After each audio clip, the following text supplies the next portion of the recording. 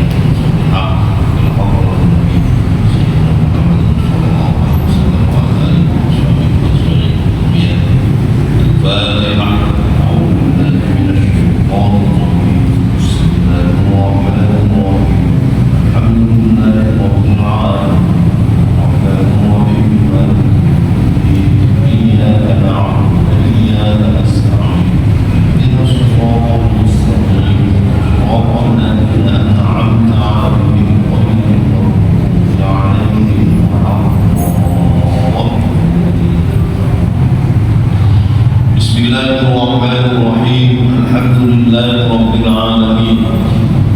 Wa bihi nasta'inu ala umuri dunya waddin. Wassalatu wassalamu ala asyrafil anbiya'i wal mursalin sayyidina wa maulana Muhammadin wa ala alihi wa sahbihi ajma'in. Ba'd. Hadirin muhtaramin wa muhtaramat, kiai, asatidz, ustadzah yang kamu muliakan, bapak ibu, saudara-saudara sekalian, segenap Rabu berjamaah, khususipun hampir Masjid Hidayatul Ummah, Juru Pakis yang gangsal yang berbahagia dan insya Allah.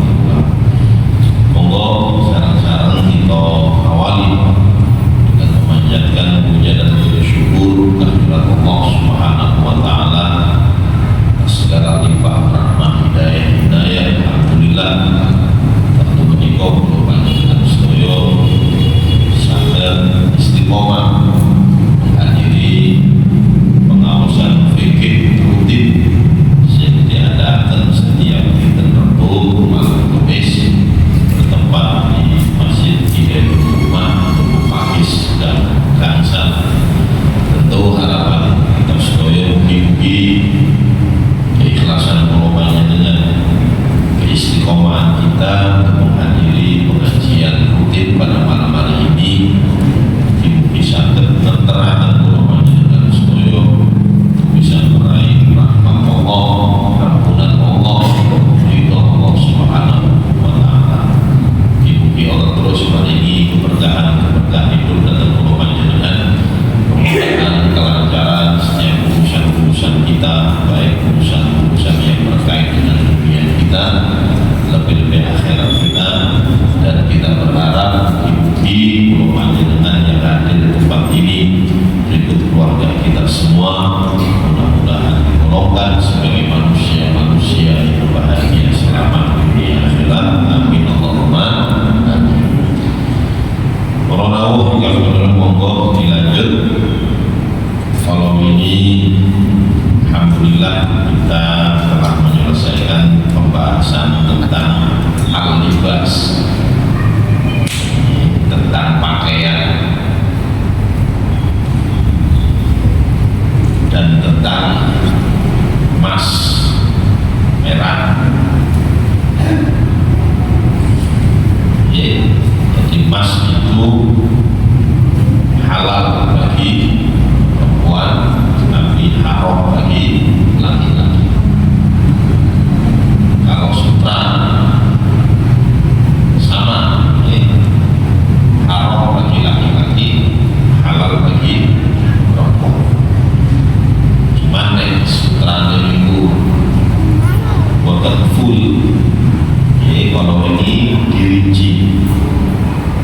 Walhasil pokoknya kalau sutranya itu jauh lebih sedikit ya, timbangannya, beratnya daripada kain biasa ya, itu masih diperbolehkan.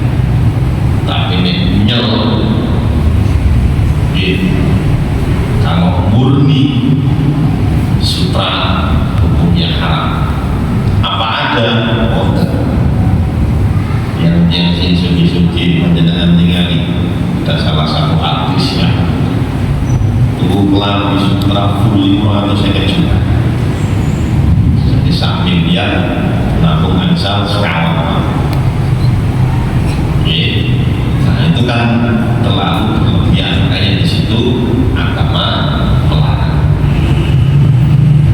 Terus kelambi sutra boleh mengambil panjenengan bebas beliau. Nah, terus kalau begitu kesimpulan boleh bagaimana dengan sekuat emas?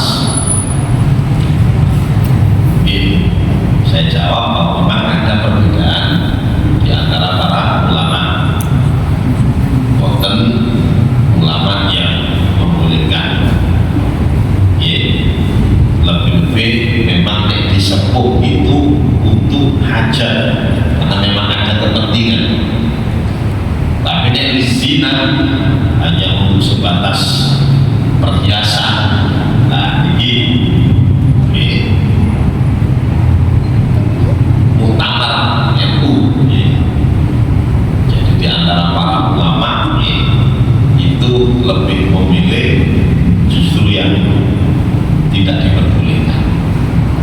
Jadi ini hati-hati ini Pak, panjenengan penting wis boten usah tambel cincin semuanya emas, arloji sing semuanya emas, merah mawon boten apa-apa. Sing penting lah jami kita mau boten. Panjenengan tambel semua emas jangan jami mati ya. Ditambah yang jami dan waktu ngampun dan jam pulau kerja. Kalau sih penting jami. Sampun niku kalau ini saat ini kalau ramu monggo dilanjut kitabul janais ya, kitab pembahasan tentang jenazah. Janais niku jamaknya jenazah. Al janais jamu jenazah. Janais itu adalah jamaknya jenazah bil fathi dengan menfathah huruf jimnya ya janazah. Artinya apa janazah? Ismun lil mayyit fil naqshi, adalah nama ya untuk mayit yang berada fil naqshi di dalam keranda. Jadi jimnya di fathah, janazah itu adalah nama mayit. Mayit riwal yang ada di dalam keranda. Wa amma bil kasri, adapun kalau mengkasroh jimnya menjadi jinazah, bukan janazah tapi jinazah, itu adalah ismul lin naqshi, justru itu adalah nama dari keranda. Jadi krombo itu jenenge jinazah. Nek mayite namine janazah. Ini hanya sebatas apa ya definisi mau ya wahwa ya fi ya wakila al-aqsu, bahkan ada yang mengatakan kebalikannya. Nek jenazah itu justru nama mayit itu, nek janazah kerana. Walhasil wal maksud guna, yang dimaksud jenazah di sini adalah tajhizul mayyit. Nah, ini prosesi yang mempersiapkan mayit. Mulai kapan? Min huslihi, dari memandikannya, wa takfini, dan mengkafaninya, wa sholati alaihi, mensolatkannya, wa dafni, dan menguburkan. Jadi jenazah itu adalah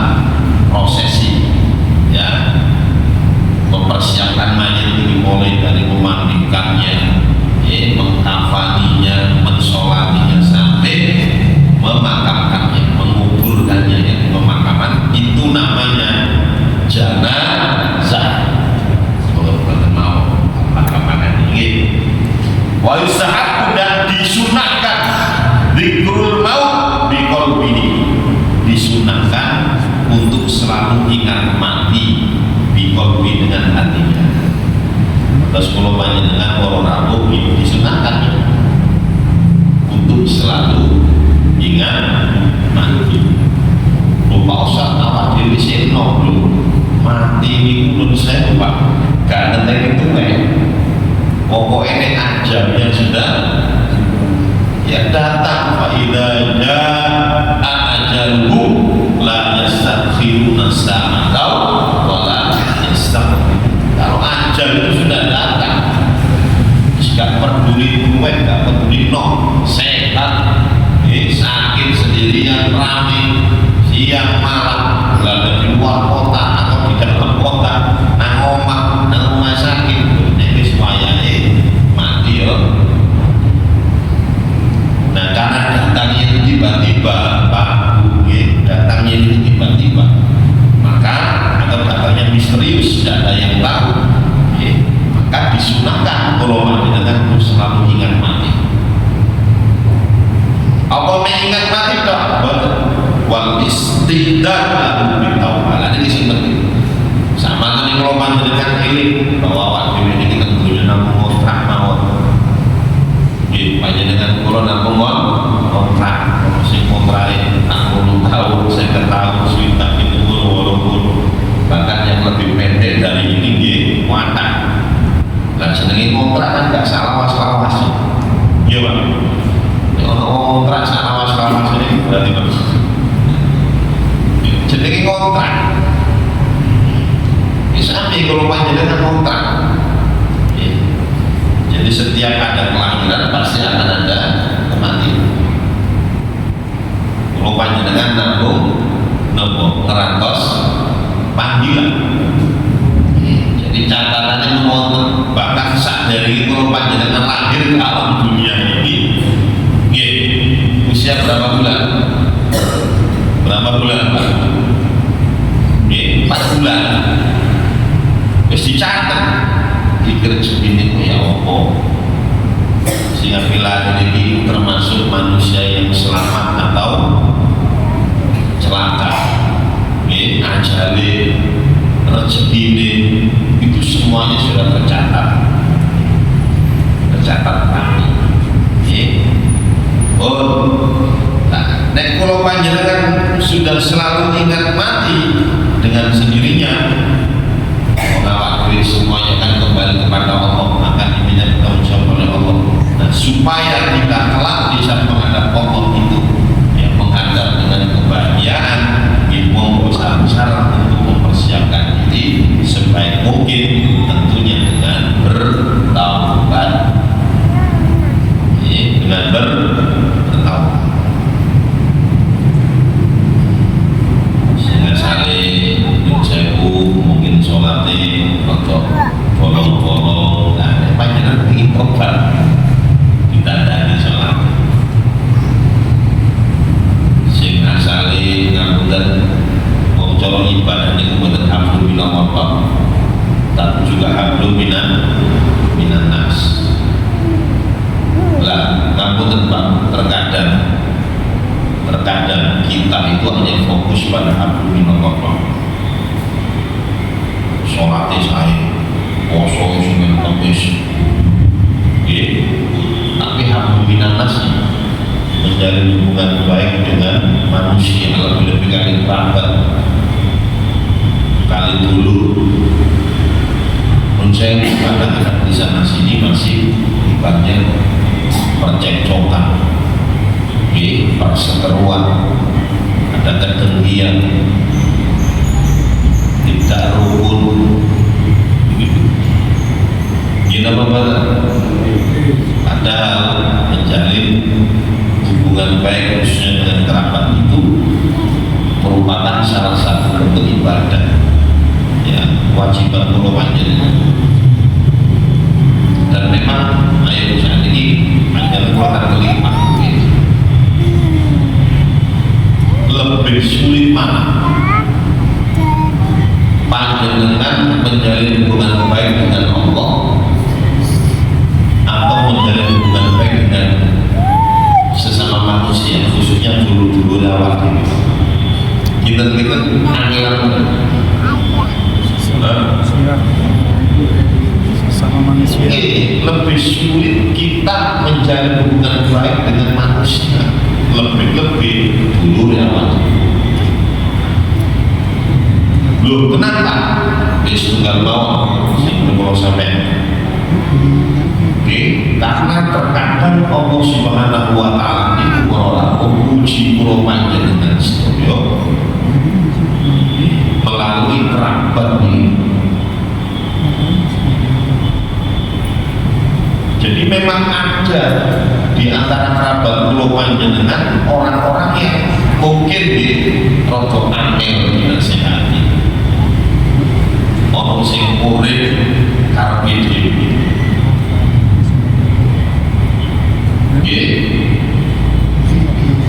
Tadi itu semua tidak hanya kita. Wong kiai gitu. Para kiai sing duwe ilmu agama, sing murid kuwate, ono gede. Lho kadang-kadang nonsen. Ketika ditinggal wafat kiainya, gus-gusi rebutan. Ya napa? Akhirnya gak akor, gak rukun. Kiai ojo meneh kiai, wong para nabi, para rasul sama diuji oleh Allah dengan kerabatnya. Wis gak usah doa-doa lah Nabi Yusuf. Nabi Yusuf itu gak ada dulur suamas. Ada asyara kaukaba, ada 11. Dari 11 ini yang satu rahim, satu ibu, jenenge Bunyamin. Kali sinten Nabi Yusuf. Lah yang 10 ini dari ibu yang lain. Masya Allah. Dengan tinggal orang Yusuf cici ganteng akhlaknya saya, dan Nabi Yakub ayahnya diberitahu oleh Allah bahwa Nabi Yusuf ini nanti kalau sudah besar akan saya jadikan Rasul, jadikan Nabi. Makanya kecintaan Nabi Yakub luar biasa, melebihi dari saudara-saudara yang lain. Dan ini orang yang menjadikan awal kecemburuan dari para saudara sampai berkonspirasi bersekongkol ya Allah caranya biar Nabi Yusuf ini jauh dari ayahnya Nabi. Pakai cara tulis akhirnya sampai tahu di cemplung nonan sumur, di cemplung Yusuf, pakaiannya diambil kemudian dikasih darah. Setelah ya dulu-dulu itu niat dikejar toleran. Setelah nyampe pulang sanjangkan bapaknya, ya abadi wahai ayah, Yusuf telah akal telah dimakan serigala. Ini pakaian. Sejak itu Pak, Nabi Yusuf tidak bertemu lagi dengan keluarganya. Karena biar sampai nangis, sampai telas air matanya sehingga menjadi buta. Dan Nabi Yusuf pun orang ya, setelah dia disembunyikan ke dalam sumur itu, ujian-ujiannya semakin berat, sampai pernah dijadikan budak, dijual belikan di pasar, di penjara, dituduh berzina. Tapi beliau setelah bisa mengalami melewati ujian-ujian dari Allah ini, akhirnya Allah memberikan kemuliaan. Nabi Yusuf menjadi pejabat penting nang Mesir. Jadi pejabat penting, bisa menentukan kebijakan-kebijakan, memiliki kekuasaan. Nabi Yusuf sampai musim paceklik kororabo, dulur-dulur ini butuh makanan, butuh sandang pangan. Ya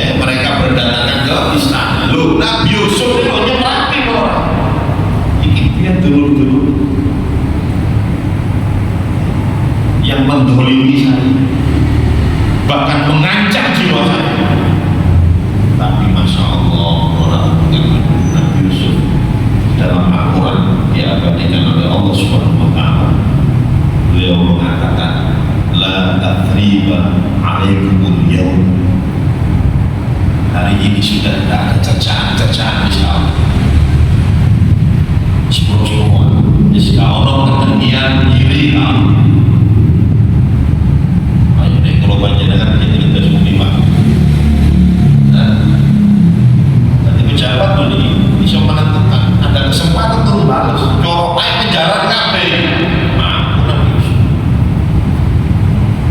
Cuma beliau sadar bahwa ini ujian dari Allah. Kerabat ini, dulur-dulur ini.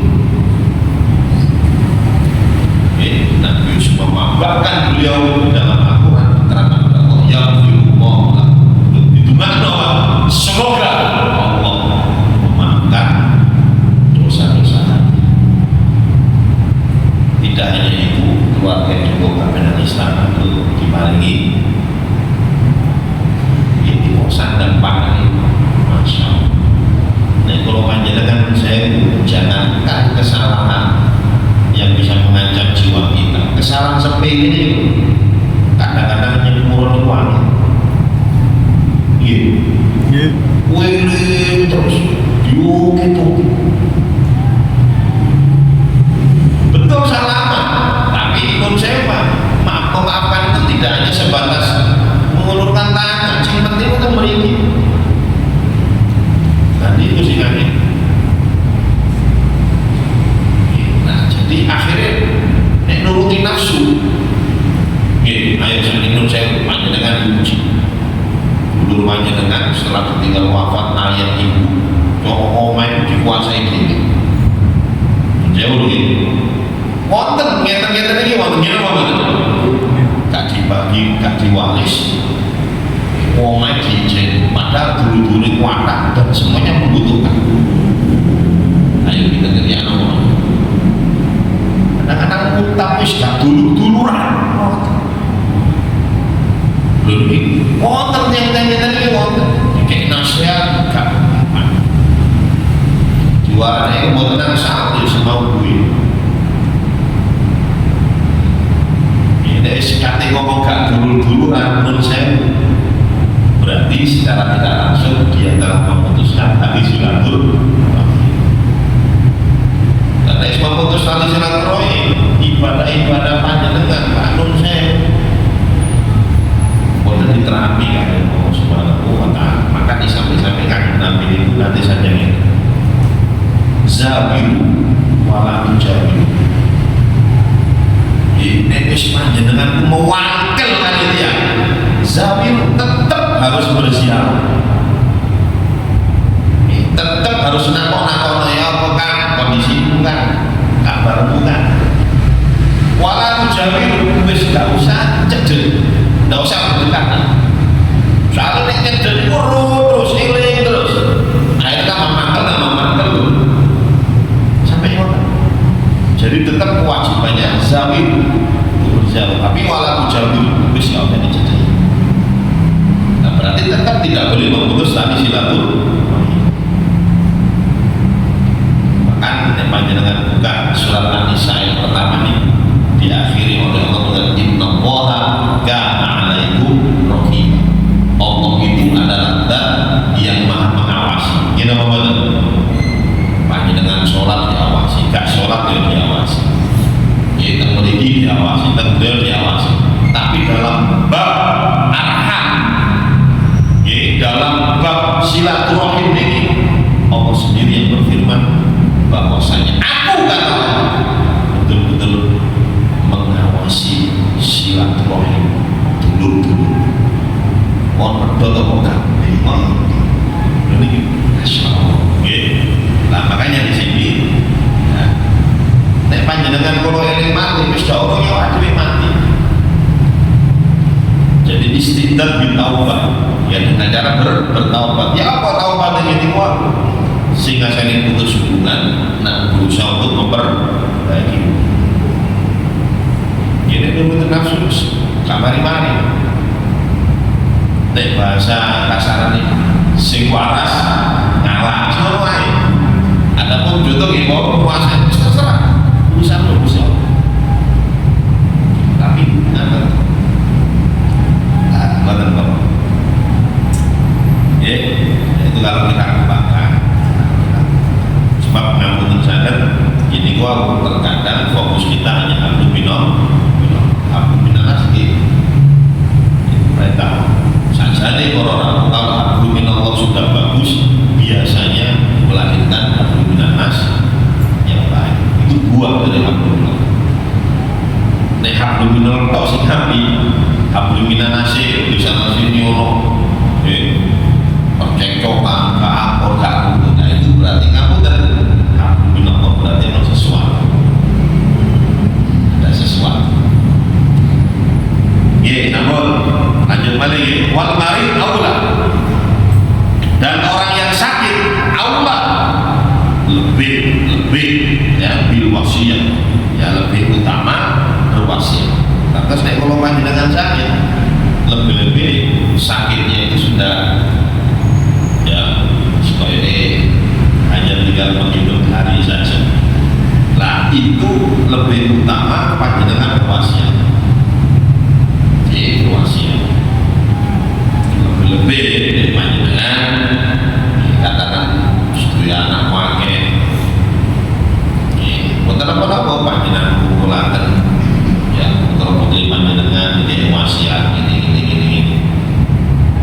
ya masalah waris pun juga pokok disampaikan oleh bapak kalau contoh ya bagian roto katakan pokok itu wasiat atau bagian sesuai dengan syar'i usah hutang untuk dulur musik untuk melarat itu yo bandul akan sesuai dengan pokok buatan apa jadi berwasiat ya watasi ngoni billah dan ya, orang yang sakit tadi hendaknya berhusnudzon kepada Allah jadi husnudzon berbaik sangka positif thinking kepada Allah ya bahwa aku dikai loro ini ya wis ya dalam rangka untuk menghapus dosa-dosa yang pernah saya lakukan husnudzon jadi pun sampai suudzon Pak mesti Allah nikah di lawan dewi dikai loro sing ini terus wayukroh dan dimakruhkan tamanil maut berangan-angan mati tapi bila khaufin tanpa ada rasa takut fitnatin fitdi tanpa ada rasa takut fitnah ya, di dalam agama jadi mau tenang sah makruh lah ya. Berangan-angan mati kan opo-opo berangan-angan mati orang ini menurut Paris berangan-angan mati tetap harus optimis ya sampun ini sedereng melebet bab memandikan mengkafani ini kita sih kok gimana sampun terus adabul muhtadhar adab atau tata krama muhtadhar itu nopo gua man hadharul maut orang yang sudah mendekati mati walam nyamuk tapi sebelum mati nah itu ada adabnya nah, ada adabnya secara wong wis kritis lah wis mendekati kematian itu ada adab-adabnya adabnya yang nopo yang pertama yuja'ul muhtadhar ala jambi hendaklah orang yang sudah mendekati pada kematian tadi yujja itu ditidurkan miring ala jambi pada lambung kanannya al-aiman ya ilal kiblat ke arah kiblat terus lambung kanan ya kiblatnya terbeli berarti miringnya kepalanya di sini nah bagian kanan nih ini kita arah miringan lah fa'inda ada jika udur maksudnya sulit repotan iso ini dimiring ya kangelan maka ulkiyah ditidurkan terlentang jadi bukan diyujak bukan dimiringkan tapi diulkiyah ditidurkan terlentang ala kofau di atas tengkuknya ya bawa suhu dan wajahnya wa musuh dan lekuk-lekuk telapak kakinya itu bil kiblat, menghadap ke arah kiblat. Jadi kalau kesulitan ya ditidurkan miring, ya berarti ditelentangkan. Telentang ini apa? Ya, sanes mengkur, ya melumah, ya telentang lah. Ya. Lah di atas kofa untuknya, ya, jadi ya ngeten iki Pak. Jadi di atasnya diganjel lompok ketik ya. Terus wajuhu wa akhbisulil qiblah, wajahnya dan telapak kakinya itu diarahkan ke arah kiblat. Jadi diberi sandaran sedikit gitu, biar wajahnya ke arah kiblat walaupun badannya terlentang. Ya, ini kuning saged. Atau mungkin supaya bisa miring dikasih bantal-bantal nopo dingin gitu supaya bisa menghadap ke arah kiblat. Mantap. Itu yang pertama. Yang kedua, anyulakon asyhadah, hendaklah ditalkin ya dengan syahadat, birifkin dengan pelan-pelan. Walayulah alaih, dan tidak usah berbesar. Walayukorok, dan tidak boleh dikatakan kepada si orang yang mendekati mati, kul, ayo katakan, ya, katakan la ilaha illallah. Ya, nah jadi ketika akan mati, akan wafat, ya, ditalkin ya dengan syahadat. Ya, kenapa panjenengan di sini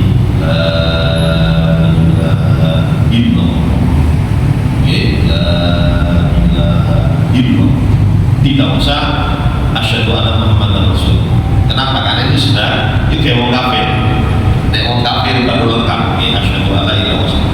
Nah, kalau orang mukmin cukup ya asyhadu alla ilaha illallah boleh atau langsung la ilaha illallah ya atau asyhadu alla ilaha illallah. Nek ketahuan ya pilih la ilaha illallah. Ya atau nek ketahuan ya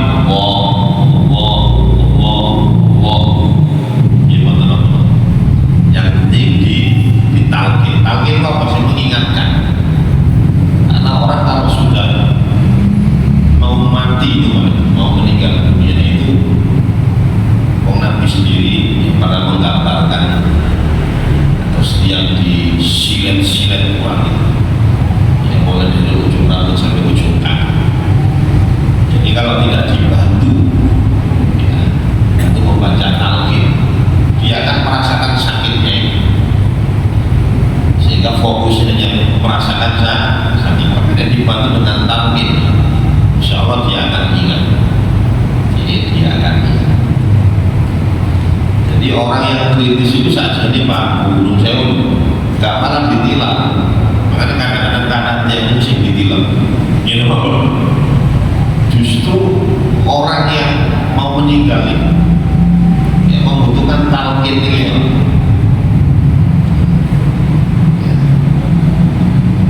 Membutuhkan talqin.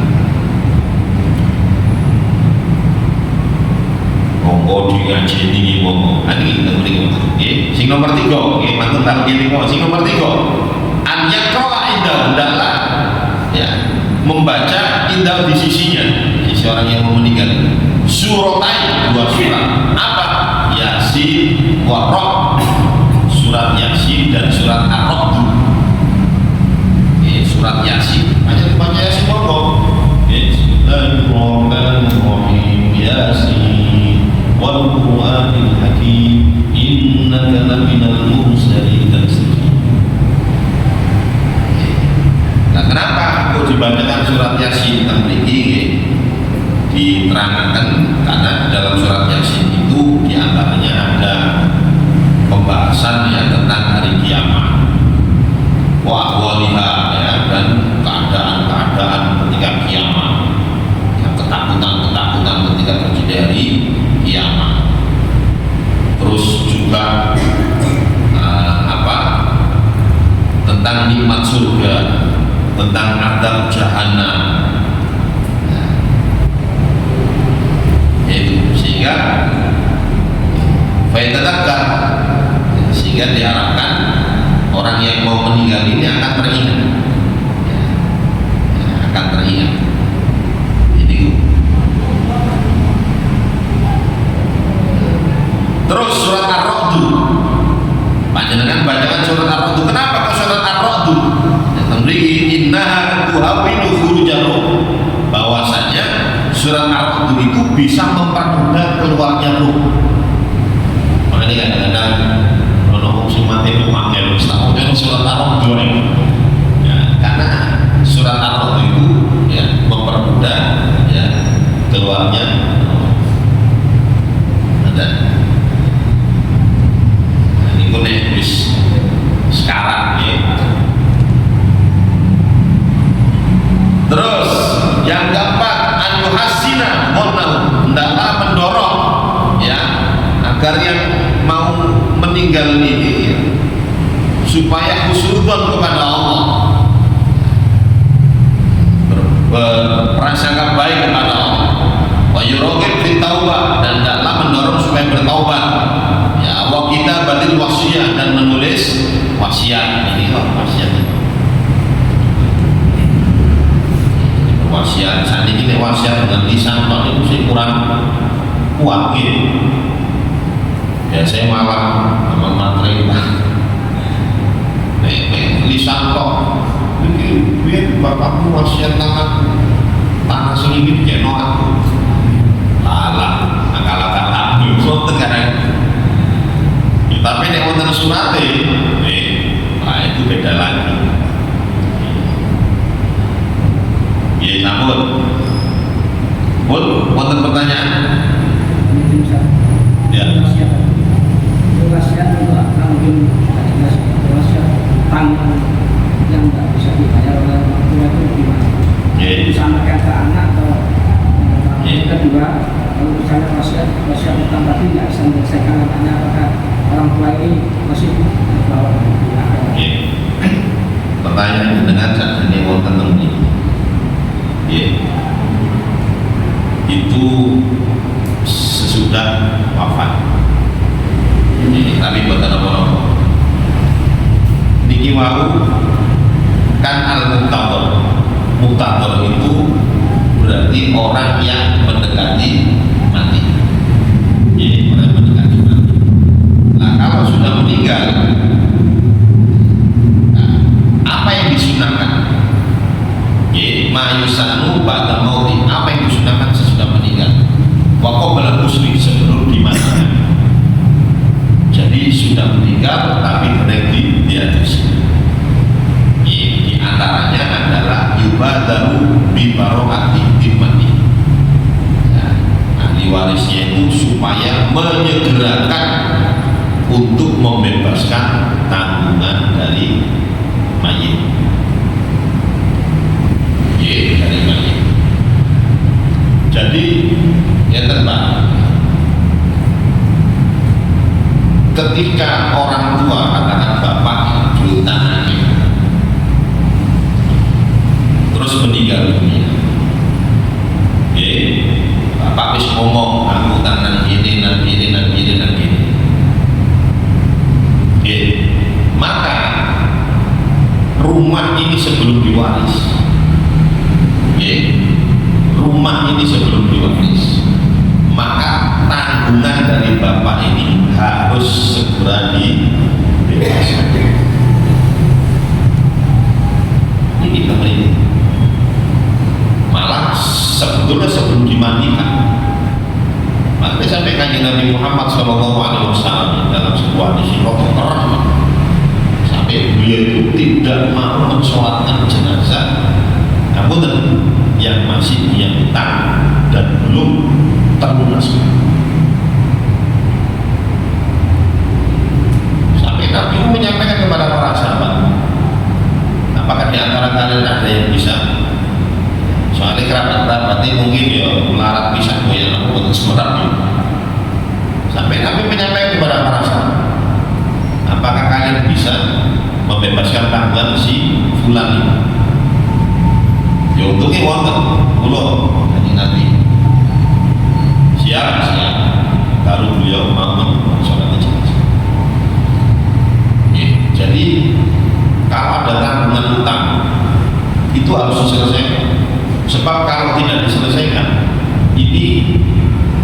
jenazah ini, si mayat ini, walaupun mati syahid, walaupun mati syahid, tetap ya kesyahidannya itu nggak tembus, semua Allah tergantung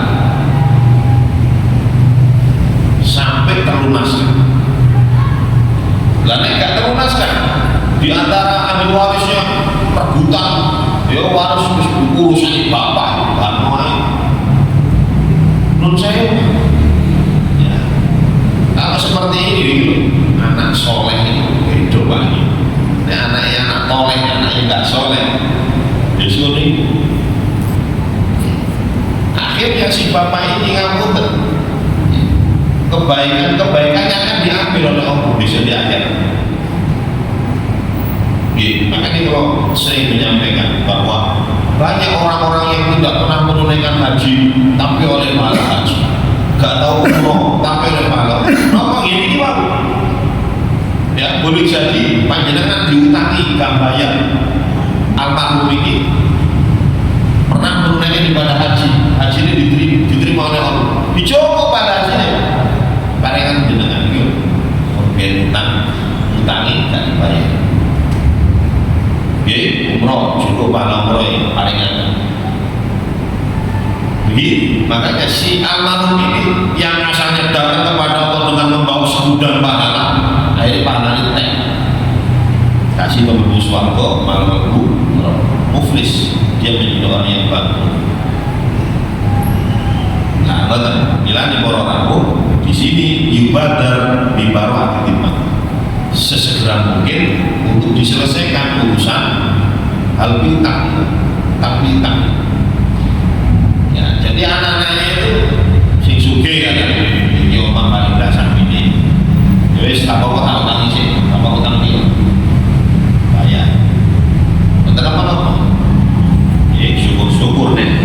Panjenengan wis gak ngereken omahe wis niat dulu nyaur bapak. Insyaallah, ya, insyaallah akan diganti oleh Allah Subhanahu wa Ta'ala. Jadi pertanyaan dengan itu sebetulnya sesudah mati, sebelum dimandikan. Ya, sebelum itu sudah wasiat itu harus Kalau sudah wasiat, ini kok harus ditunaikan wasiat dari ayah. Aku sudah kisah ini bukan kisah ini. Nah makanya jadi rumah itu ya sekali lagi sebelum diwaris ya, harus ditunaikan oleh anaknya. Kalau saya ngereken ya wis berarti ayahnya tadi ya, otomatis pahala-pahalanya akan diambil oleh Allah dan kepada jadi kok ya ini selamat pahala tadi yang diberikan tadi sejak nggak disesuaikan dengan kesalahannya yang ini disesuaikan langsung diambil semua saksikan situ nggak disesuaikan timbang. Jadi kadarnya itu ya disesuaikan. Disesuaikan. Jadi makanya tadi saya sampaikan ya nopo pahala haji diambil mungkin utang-utang sing gede-gede di keuangan. Nah, jadi disesuaikan. Nek dusane mek titik moro-moro dijukono pahala sing akeh. Ya pokoknya sebanding wal hasil kalau sudah di akhirat harta sudah tidak berfungsi lagi. Sing berfungsi nopo pahala itu sudah. Makanya cara membayarnya ya bukan dengan uang tapi dengan pahala. Milane mending diselesaikan di dunia daripada akhirat malah gongeng kabeh. Nggih. Tak mungkin kuat. Nggih pun niku mawon nggih.